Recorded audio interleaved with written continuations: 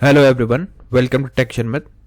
आज के सेशन में हम CSS से रिलेटेड एक और इम्पॉर्टेंट प्रॉपर्टी को डिस्कस करेंगे जो है पैडिंग इनलाइन प्रॉपर्टी।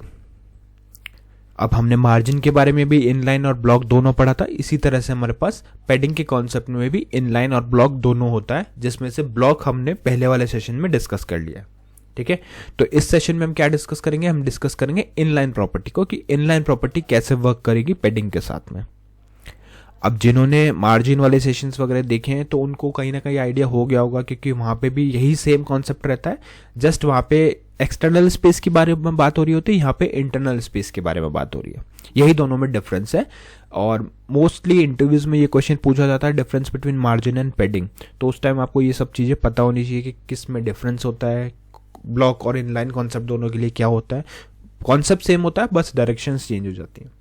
ठीक है, तो अभी अपन क्या करेंगे, एक प्रोग्राम को क्रिएट करके समझेंगे कि कैसे ये इम्पैक्ट में आता है और क्या क्या इसके को रिलेटेड प्रॉपर्टीज़ है, जैसे padding inline block, padding inline start, ये सब चीज़ें हम इस पर्टिकुलर सेशन में डिस्कस करेंगे।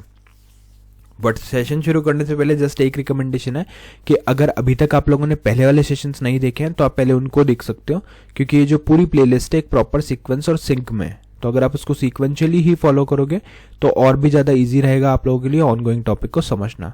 क्योंकि अभी के लिए जो हमारा मेन फोकस रहेगा वो किस पे रहेगा कि कैसे हम इनलाइन प्रॉपर्टी का यूज़ करते हैं पैडिंग कॉन्सेप्ट के साथ में।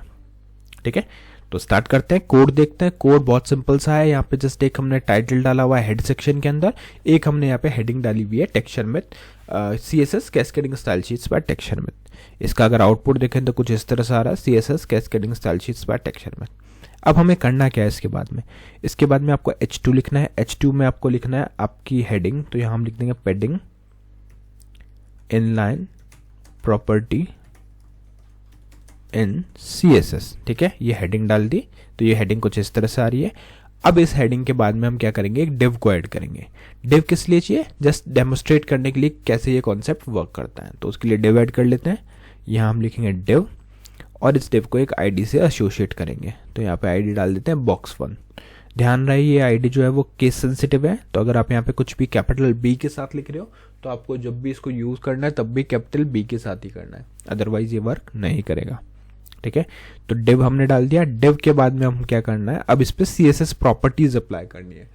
तो CSS प्रॉपर्टीज अप्लाई करने के लिए आपको यहाँ पे क्या करना पड़ेगा, आप कोई भी अप्रोच यूज़ कर सकते हो, इनलाइन, इंटरनल या एक्सटर्नल। मैं जो यूज़ कर रहा हूँ इस केस में वो कर रहा हूँ इंटरनल CSS, और उसका रीज़न सिर्फ यही है कि मैं कोड और CSS, HTML और CSS दोनों एक ही पेज पे एक साथ आपको शो करने वाला हूँ, इस वजह से हमने इस तरह से लिखा हुआ।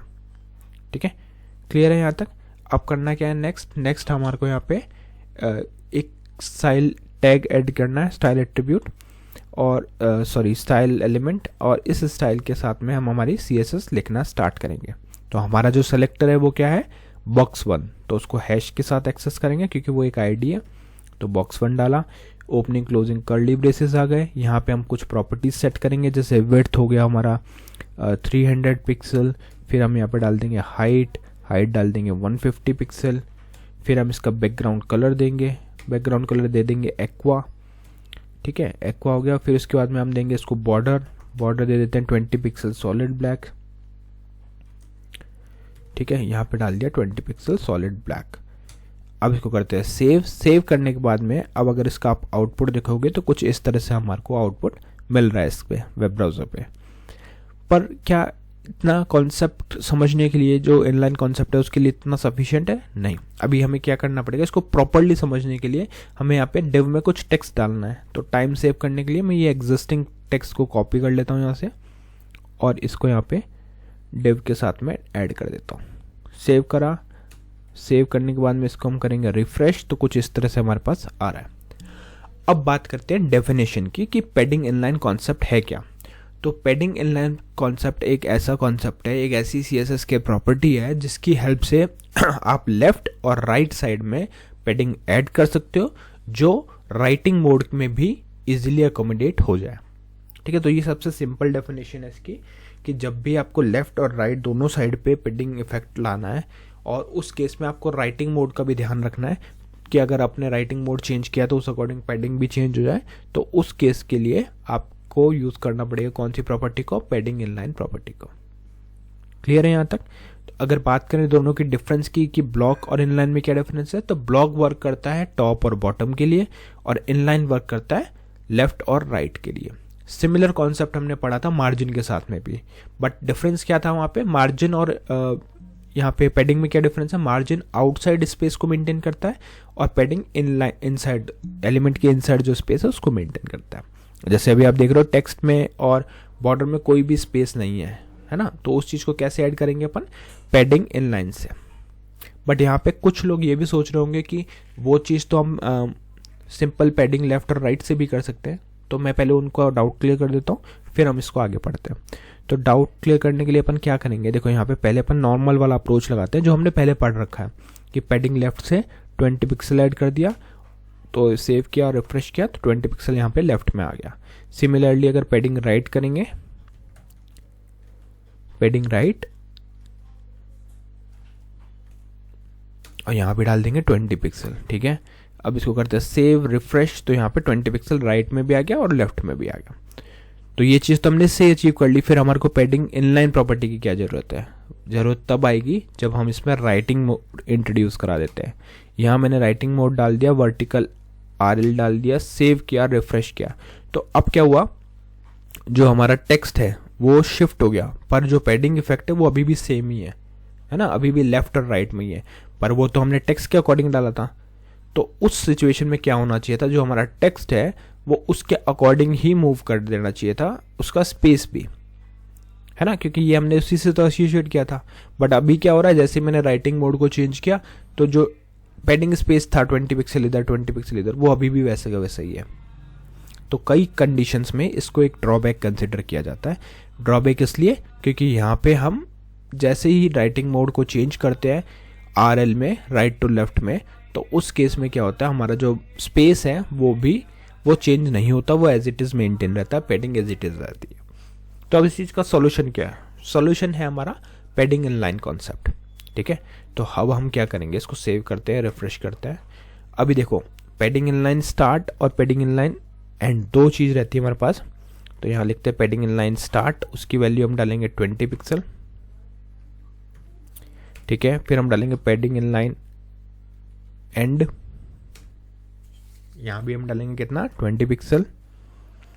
इसको करते हैं सेव, वेब ब्राउजर को रिफ्रेश, तो यहाँ पे देख रहे हो लेफ्ट और राइट में ऐड हो गया। इस केस में टॉप बॉटम में नहीं होगा, इस केस में लेफ्ट और राइट में होगा। इनलाइन मतलब लेफ्ट राइट, ब्लॉक मतलब टॉप बॉटम। क्लियर है यहाँ तक? अब इसका बेनिफिट क्या है, बेनिफिट ये है कि अब अगर मैं राइटिंग मोड को चेंज भी कर दूंगा, वर्टिकल RL कर दूंगा, तो भी ये उसके साथ ही स्विच कर देगा। जैसे मैंने रिफ्रेश किया तो अब आप देख रहे हो लेफ्ट और राइट में, टेक्स्ट के लेफ्ट में स्पेस है, टेक्स्ट के राइट में स्पेस है। और यही हमारा एक्चुअल पर्पस होता है इनलाइन प्रॉपर्टी का यूज करने का, कि जो भी प्रॉपर्टी हम किसी टेक्स्ट के साथ, किसी एलिमेंट के साथ लगा रहे हैं, तो अगर वो लेफ्ट राइट में हमने सेट किए तो वो लेफ्ट राइट में ही आनी चाहिए, ना कि टॉप बॉटम में, ठीक है। तो ये जैसे ही राइटिंग मोड चेंज हुआ तो आप देख रहे हो इधर 20 पिक्सल आ गया, इधर 20 पिक्सल आ गया। यही इसका एडवांटेज रहता है पैडिंग इनलाइन का, ठीक है। अब यहाँ पे एक और इंटरेस्टिंग चीज देखते हैं। देखो अभी तक हमने वैल्यूज किस में पास करी, पिक्सल्स में, बट कई बार ऐसा भी होता है कि हमारे को परसेंटेज में डालनी होती है, तो वो भी आप डाल सकते हो। यहाँ पे सिंपली परसेंटेज लिखेंगे, रिफ्रेश करेंगे तो 20 पिक्सल जो है वो अब लेफ्ट में आ गया। टेक्स्ट के लेफ्ट में ही है ना ये, तो ये लेफ्ट कंसिडर होगा, इसको टॉप मत समझना, क्योंकि टेक्स्ट के लेफ्ट। अब टेक्स्ट का डायरेक्शन किस तरफ है, वो इस तरफ है, तो उसके अकॉर्डिंग लेफ्ट ये होगा, राइट ये होगा। क्लियर? उसी तरह से राइट में भी परसेंटेज में चाहिए तो वो सिंपली अपन यहाँ पे डाल देंगे, तो ये राइट में भी हो गया। क्लियर? और परसेंटेज नहीं है, वो परसेंटेज करेंगे सेव, तो यहाँ राइट में भी 20 पिक्सल आ गया। तो ये तो हो गया हमारा इंडिविजुअल प्रॉपर्टी। सिमिलरली अगर आपको इसका शॉर्ट एंड प्रॉपर्टी यूज करना है तो वो भी कर सकते हो। शॉर्ट एंड हमने पहले भी बहुत बार पढ़ा हुआ है। तो शॉर्ट एंड में क्या होता है, एक ही बार में आप सारी प्रॉपर्टी अप्लाई कर सकते हो। तो यहाँ पे अपन लिख देंगे पैडिंग इनलाइन, और यहाँ पे सिर्फ 20 पिक्सल रखोगे तो दोनों साइड में 20 पिक्सल को ऐड कर देगा, और सिर्फ 20% लिखोगे तो दोनों साइड में 20% को ऐड करेगा। एक 20% एक 10% करोगे तो लेफ्ट और राइट अकॉर्डिंगली करेगा, ठीक है। लेफ्ट में 20 और राइट में 10%। सिमिलरली अगर पिक्सल्स में डिफरेंस रखोगे तो पिक्सल में भी उसी अकॉर्डिंग शो करेगा, ठीक है। तो ओवरऑल बात यह है कि आप दोनों वैल्यूज को यूज कर सकते हो, परसेंटेज को भी और इसको पिक्सल्स को भी। क्लियर? और राइटिंग मोड इसमें भी सेम वर्क करेगा, यहाँ पे कोई प्रॉब्लम नहीं होगा आपको अगर आप राइटिंग मोड चेंज करते हो तो भी। क्लियर? यहाँ पे देखो लेफ्ट और राइट में 20-20 पिक्सल आ रहा है। तो ये था आज का मेन कॉन्सेप्ट, जिसमें हमने देखा कि कैसे पैडिंग इनलाइन प्रॉपर्टी का यूज होता है। पैडिंग इनलाइन प्रॉपर्टी की इंडिविजुअल वैल्यूज हमने देखी, प्रॉपर्टीज देखी, जो थी पैडिंग इनलाइन लेफ्ट और पैडिंग इनलाइन स्टार्ट और padding inline right and. Okay, so yeah, that's all for today. In the next session we will discuss few more things, so thank you for watching TechSharmit.